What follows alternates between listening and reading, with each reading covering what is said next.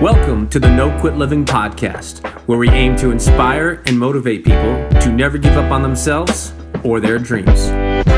We will chat with highly successful people from all walks of life and discuss what motivates and drives them to successfully attack life head on and never give up.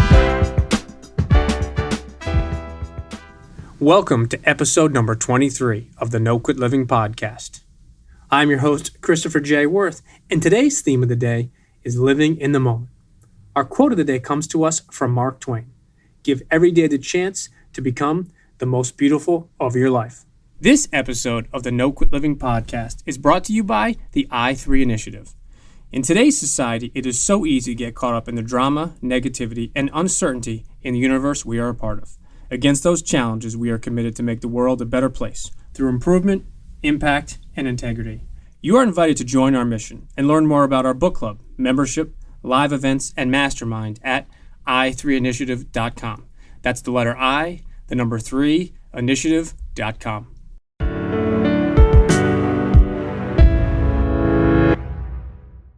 Today's guest happens to be a personal friend of mine that I've had the opportunity of getting to know over the last few months. As a life and business strategist, he also happens to be an international keynote speaker as well as an international best-selling author. As he shares his personal story with us, I think it would be very hard not to feel his passion for helping and empowering others. I'm excited to bring you today's episode and to introduce Christopher Salem. Chris, I'd like to welcome you to the No Quit Living podcast. Well, it's a pleasure to be here. Pleasure is all ours, my man, all ours. So unfortunately, there seems to be a lot of negativity floating around the media today. As our number one objective is to both inspire and motivate our listeners, I wanted to ask you if you had a personal story about perseverance or perhaps a challenging time that tested you, but you kept on going and never quit. Well, I could tell you back in my 20s, or actually, I should probably say in my teen years. I'll use this. This was something when I was growing up. I grew up a pretty rebellious and angry teenager, but always had a good side to me. And I was really into sports, but at the time I had long hair, right? So, and this was back in the around the early to mid 80s. And at the time I had a coach that had taken over the program in my junior year that was really old fashioned, and he wanted all his ball players to be clean cut. And during that time, that was a time where, a lot of guys had longer hair. It was, it was one of those things back then. It was accepted. And I was very true to who I was. And as a result of not conforming to cutting my hair and not just looking at me for my ability on the ball field, I was cut from the team. And as a result of that, that really lingered with me because it all tied back to certain things with my father, which I could happy to talk about with some future questions here. But as a result of that, I persevered. I didn't just lay down like a dog. I looked for the next alternative to to improve my skills in baseball. And I was able to get into a senior league. So it was a separate league. And it actually got notice of a scout that was scouting for Arizona State University. And it allowed me to have a pre-scholarship pending if I made the team to go out there. And I ended up falling in love with the school, but unfortunately I didn't make the team, but I fell in love with the school. And I kind of looked back and said, if that didn't happen and I didn't persevere, I never probably would have went to Arizona State University. And yet that school and the fraternity system that I belonged to catapulted me to so many different things later on in my life with my network and where I am today. That's an interesting story, and I think it does talk about your perseverance, and you were given an opportunity to bend or break, and you did not break, you bent, and then ultimately I think it's tough to not fall in love with Arizona State University. I myself have never been there, but know many people that have gone to the school and they have nothing but great things to say. And having been to Arizona, the state myself, it's an amazing place. So I think obviously you were dealt with an opportunity and you made something out of it and made a good decision in the end. Absolutely. And I use that story, Chris, just because it's not a business related story, which a lot of people would use for their for a perseverance story, but yet it really paved the way for many great things that came through my trials and tribulations in my 20s into my early 30s to where I am today, both from a business and personal life perspective. Chris, speaking of your early 20s, if you could give yourself advice when you were in your early 20s from what you know today, what advice would you give yourself?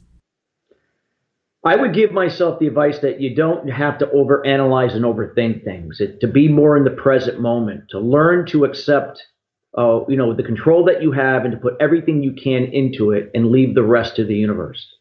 And too many times I was trying to control everything, and I look back, I wasted a lot of energy and time. And I would just say that just not overthinking and overanalyzing things, and just being in the flow, being in the moment.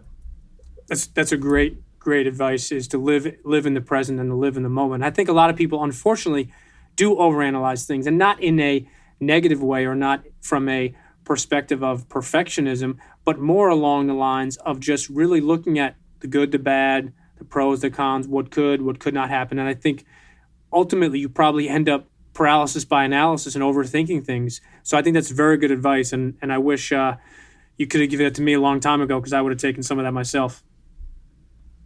Absolutely.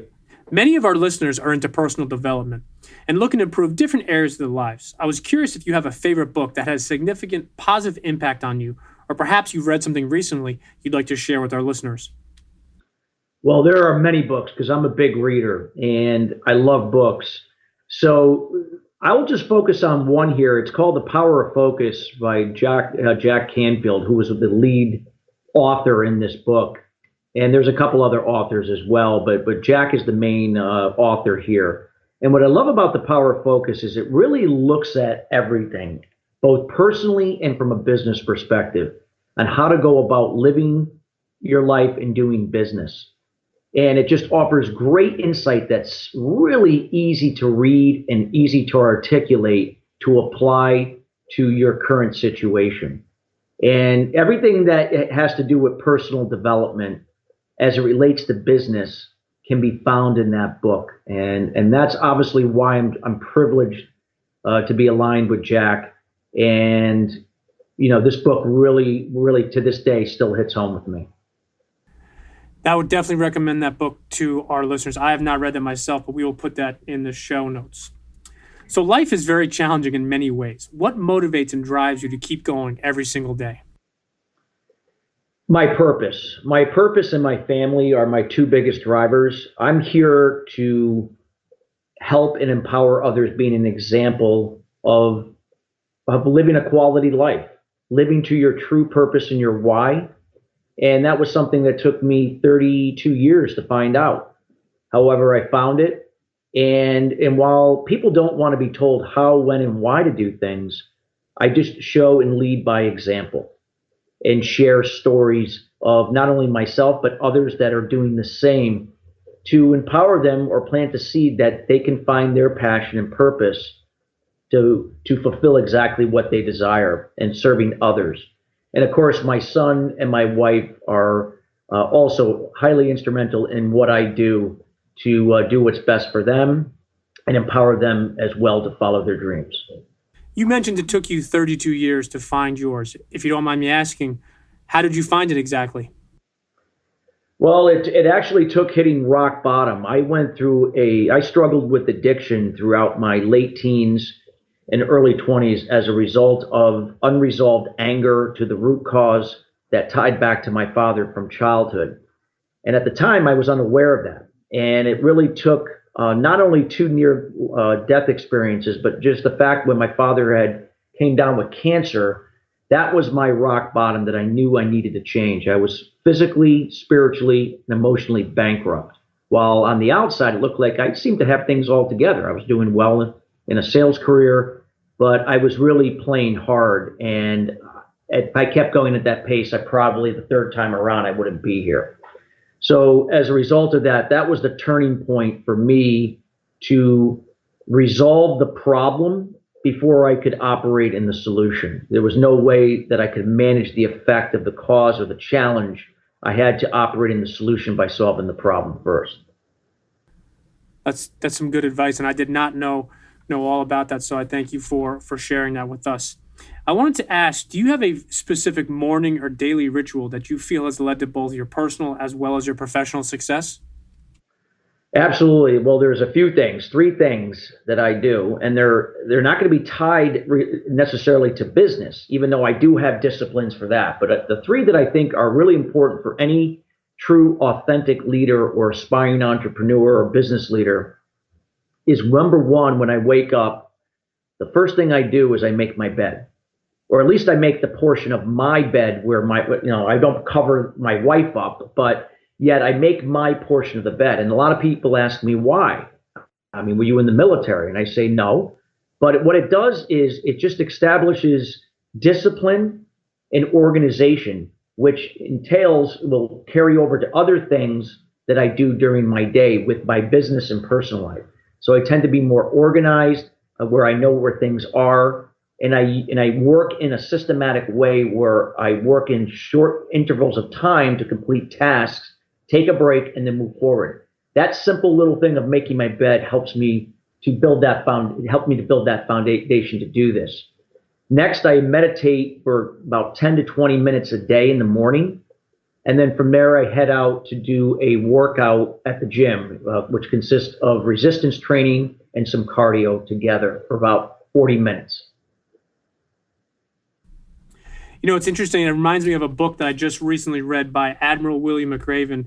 And the title of the book is Make Your Bed. And he's a former Navy SEAL, retired. He spoke at the University of Texas graduation in 2014, which is what this book is based from, that speech. But he talks about the same thing: is every single day, the first thing he does is he makes his bed. So he talks about in greater length is even if you do not have a good day, when you come home, you've accomplished something. Even if you had a terrible day, you've made your bed and you come home to a made bed. And at least no matter what happens the rest of your day, is you've started your day off on a good note and you've controlled the controllable, which is getting out of bed and making your bed. So it's interesting that you mentioned that as well, because it is something that is very simple. But when you think about it, it gives you a success early on in your day to the next piece. And whether you are in military, business, a parent, a teacher, whatever it is we all look at things differently. But if you start your day off with a success, it's going to have a positive impact on the rest of your day. Oh, so true, Chris. And I'm glad you brought up that book. It is so right on. So we are a big believer of different quotes, and I'm a huge fan of quotes myself. I was curious, do you have a favorite quote? Well, I actually have my own quotes, and I post them frequently, but I'm not going to mention one of my quotes. But I would say that again, Jack Canfield's a big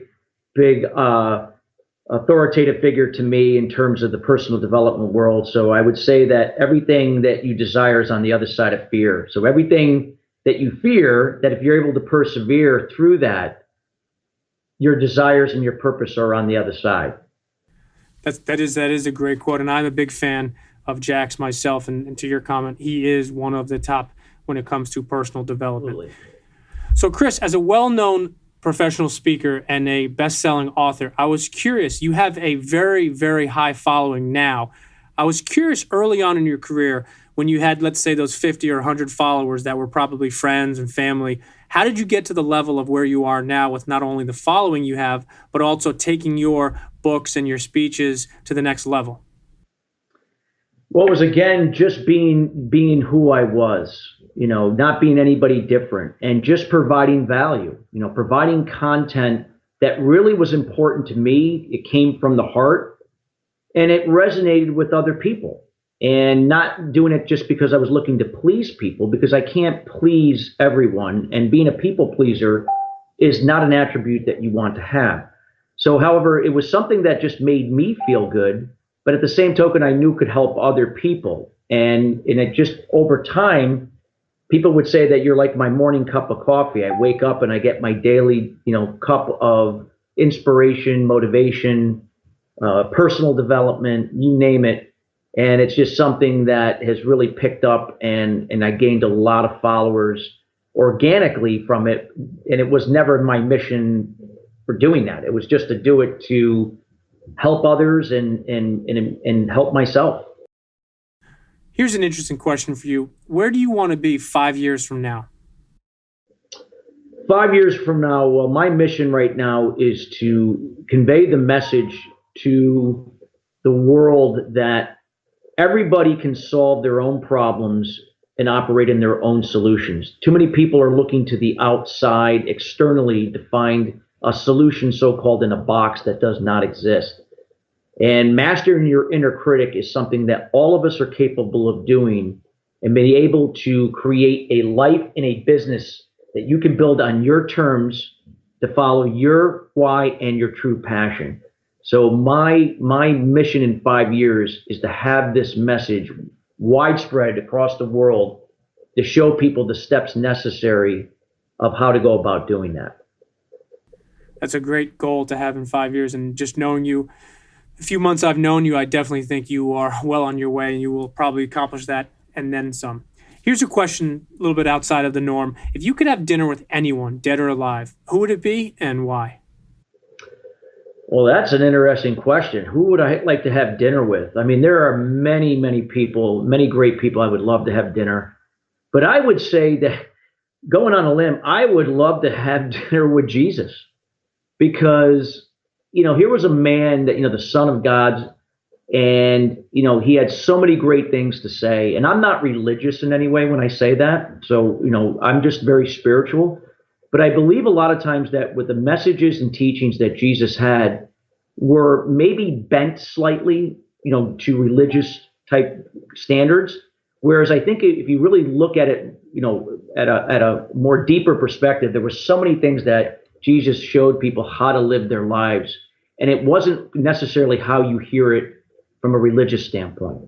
And it's all comes down to love, and love being the highest level of energy, a vibrational energy, because if you are operating from true love, this world could be a better place. And that's what the man was about. That's what I'd like to have dinner with. That's interesting, Chris. He is actually the second most requested person to have dinner with behind Abraham Lincoln. So I think that's interesting. And not being a deeply religious person, as you mentioned, I think, as you said, he was about love, and it is the highest level of you fill in the blank in regards to whatever you want to accomplish in life. So I think that's definitely a pretty interesting dinner that I would like to witness myself. Absolutely. I was curious if you were working on anything else exciting that you'd like to share with our listeners. Well, yeah. Right now, I just launched a few weeks ago my radio show, Sustainable Success. It's an internet radio show on Voice America under the Influencer channel. And the show, it talks about sustainable success and what that means to people, because success means different things to different people. So it looks at what sustainability means with success, both from a business and a personal life perspective. And we cover a lot of different topics from wellness to personal development to business strategy, out of the box type ideas, you name it, that we have on the show. And it's gotten some tremendous feedback so far. We're going into our third show tomorrow. And then also a chapter that I contributed to a book with Jack Canfield called Mastering the Art of Success. It will be coming out July 13th. Via Amazon and Barnes & Noble. So I'm excited about that. And we'll be doing some speaking and some roadshow type stuff in and around that book in conjunction with my book that I launched, or I came out with last year, Master Your Inner Critic, Resolve the Root Cause, Create Prosperity, that went international bestseller on Amazon back in November. That is awesome. Some really exciting things for you going on. Before I let you go, I wanted to ask you if you had any parting words for our listeners. I would say that with wherever you are in your life, if you're not in a good position, a good place, to reflect on the past. The past, it can be a good teacher, but yet you don't want to dwell in the past. Learn to really focus on being in the moment, because when you learn how to be in the moment, stress and fear will subside or cannot exist. And when you're not projecting into the future, you don't have anxiety, and anxiety often causes, actually most of the time causes procrastination. Learn to be in the moment, find that clarity, follow your passion, and step out of your comfort zone doing one thing that you haven't done daily, and over time, as that compounds, that will get you closer and closer to where you want to be. You have to be out of your comfort zone if you're going to grow, both from a personal perspective as well as in your business. That's great advice, and a couple people on our podcast have actually shared that, and John Lee Dumas talks about all the greatness happens outside of your comfort zone. So I cannot agree more that if you try one thing daily out of your comfort zone, and if you do compound that, success is going to be unlimited. Absolutely, Chris. And last question for you, and I promise it is the easiest one we've asked so far, is what is the best way for our listeners to connect or follow you? Well, the best way to reach me is my website, Christopher Salem, SALEM.com. You'll find out information about who I am and what I do.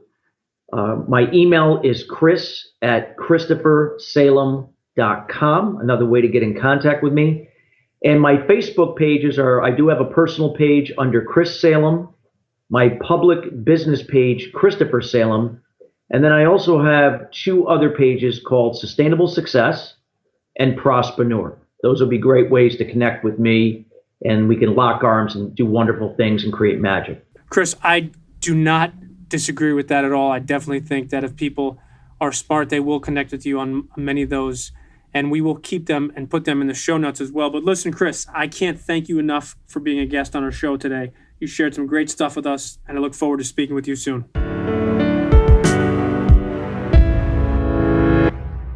To sum up today's episode and our theme of the day, living in the moment, Chris provided us with a lot to think about. When he discussed the importance of living in the present moment, he suggested that we don't overanalyze things or overthink them. He recommended putting your all into what you can control and putting less focus on what you can't. Whether it was getting cut from his college baseball team at Arizona State University or dealing with addiction in his late teens and early 20s, Chris never gave up.